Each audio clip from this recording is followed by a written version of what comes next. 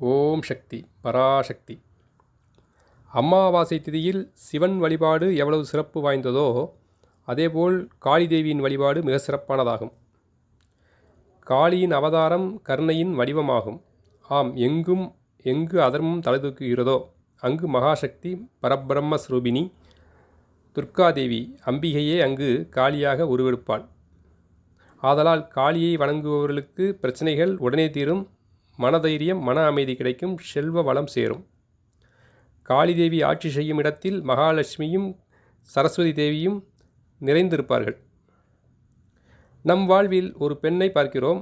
மகாலட்சுமியின் அம்சமும் கலைவாணி சரஸ்வதியின் அம்சமும் பொருந்தியவளாக தெரியும். உள்ளுக்குள் காளியின் அவதாரம் நிறைந்திருக்கும். அப்படி இருந்தால்தான் இந்த மகாலட்சுமியையும் கலைவாணியையும் காத்து கரை சேர்க்க முடியும். ஒரு பெண்ணுக்கு காளி தேவியின் அருள் கண்டிப்பாக வேண்டும்.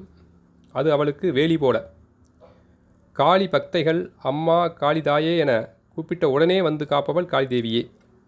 அந்த மகா காளியை அமாவாசையன்று வீட்டிலோ ஆலயத்திலோ சென்று மனமுருகி வேண்ட அம்பாள் காளி தேவியின் ஆசீர்வாதம் பரிபூர்ணமாக கிடைக்கும். அனைவரும் காளி தேவியை வணங்கி அருள் பெறுக. ஓம் காளி, ஜெய் காளி.